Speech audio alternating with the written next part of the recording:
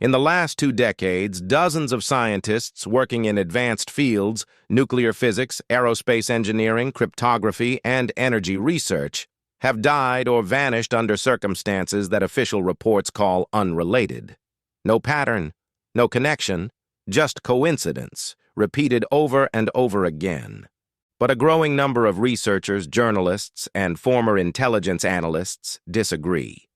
They believe these cases form a pattern, one that points toward classified technology, silenced discoveries, and a level of secrecy most people assume only exists in fiction. Today we're going to look at the theory of the missing scientists, what it claims, where it came from, why it refuses to die, and why it's exploding across the internet in 2026. The theory doesn't start with one disappearance. It starts with a list. Over the past 25 years, independent researchers have compiled databases of scientists who died suddenly, disappeared, or left their positions without explanation, often shortly after publishing controversial research or working on classified defense contracts. Believers point to a recurring set of circumstances: sudden accidents involving scientists working in nuclear or energy fields, researchers who vanish after presenting at private or closed-door conferences, public records that get sealed or reclassified soon after a scientist's death, colleagues who report being told not to discuss a former co-worker's disappearance, family members who describe being met with silence, delays, or vague answers whenever they ask official agencies for information. Individually, skeptics argue, none of this is unusual. Accidents happen. People change careers. Records get sealed for mundane bureaucratic reasons. But theorists argue that the frequency and the fields involved is what makes the pattern worth examining. When you plot these cases on a timeline, they say, certain clusters appear right around major energy announcements, major defense budget shifts, or major UFO-related news cycles. Coincidence or signal buried in noise? The theory typically branches into 2 main explanations for why these scientists were silenced. The first branch is free energy and suppressed technology.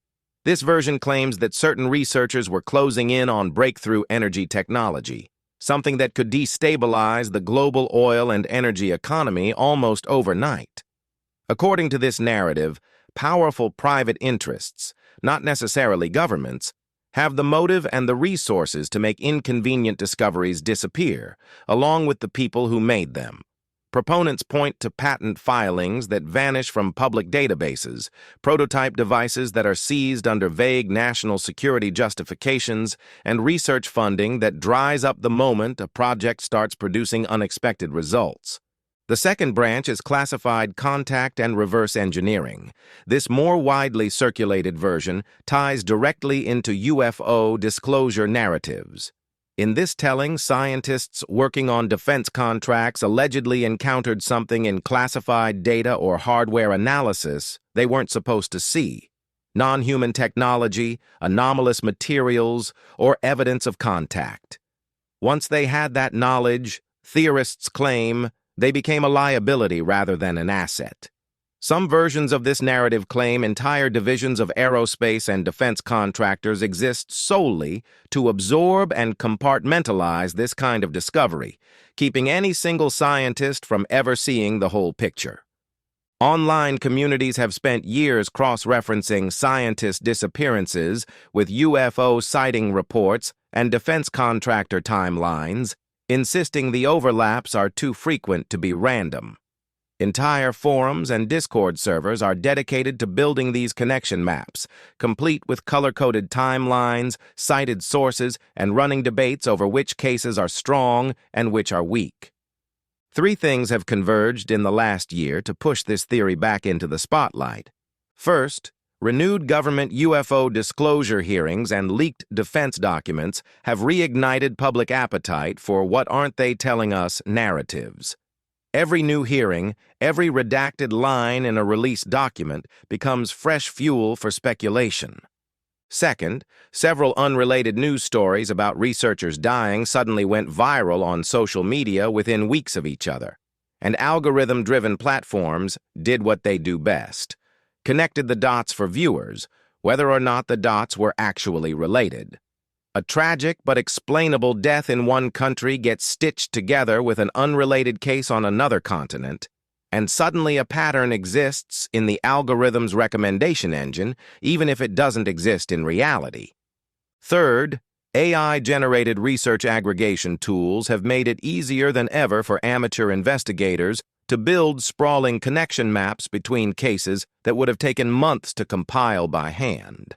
A single prompt can now generate a timeline, a map, and a list of supposed connections in seconds. Whether that's revealing a real pattern or just making pattern recognition software very good at finding coincidences is exactly where the debate lives. It's worth taking the counter-argument seriously because it's a strong one. Statisticians who've examined these claims point out a basic flaw. With millions of scientists working worldwide, some number will die in accidents, by suicide, or from illness every single year, purely by chance. If you specifically go looking for scientists who died in unusual ways, you will always find some. That's not evidence of a conspiracy, it's how large numbers work. This effect even has a name in statistics, the base rate fallacy, where people forget how common rare events become once you have a large enough population to draw from.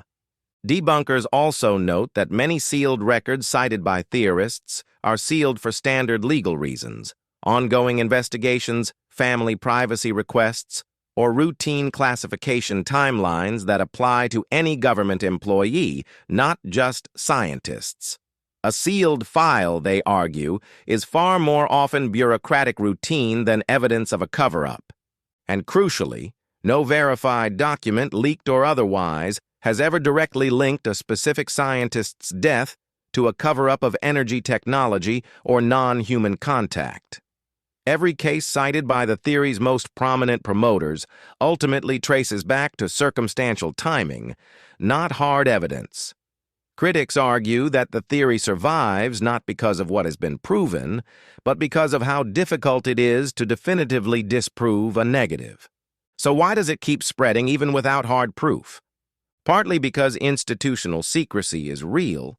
Governments and corporations do classify things, do control information, and have been caught lying about surveillance and research programs before.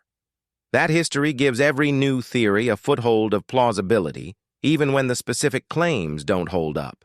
Once trust is broken in one area, it becomes easy to extend that distrust to everything. And partly because uncertainty is uncomfortable. A world where brilliant people simply die of ordinary causes, at ordinary rates, offers no narrative, no villain, and no hidden order underneath the chaos. A world where they're silenced for discovering something world-changing is, in a strange way, more comforting. Because it means someone, somewhere, is in control. Even a frightening explanation can feel better than no explanation at all.